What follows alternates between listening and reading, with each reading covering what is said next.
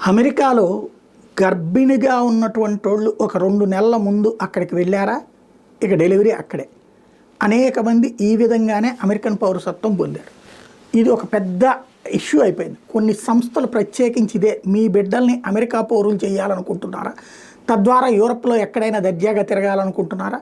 Europe మొత్తానికి మీకు అవకాశం లభించాలంటే అమెరికాలో బిడ్డను కానండి. దానికి ప్యాకేజీ. అక్కడికి వీసా ఇప్పిస్తారు. ఇది టూరిస్ట్ వీసా. కరెక్ట్‌గా 2 నెలల ముందు అక్కడికి వెళ్ళేటట్టు ఏర్పాటు చేస్తారు. ఆ 2 నెలల్లో అనారోగ్యం అన్నటువంటి పేరుతో అక్కడ డాక్టర్ నుంచి సర్టిఫికేట్ తీసుకుని లాంగ్ జర్నీ చేయకూడదని చెప్తారు. తద్వారా అక్కడే ఉండిపోవాలి.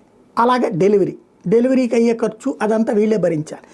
అది అయిపోయిన తర్వాత వాళ్ళకి అక్కడ పౌరసత్వం వచ్చేస్తుంది. ఇదొక ఆటగా నడుస్తున్నది. ఇప్పుడు ఆ జన్మతః పౌరసత్వాన్ని రద్దు చేసేటటువంటి ఎగ్జిక్యూటివ్ ఆర్డర్ని ట్రంప్ పెడితే ఆ ఆర్డర్ని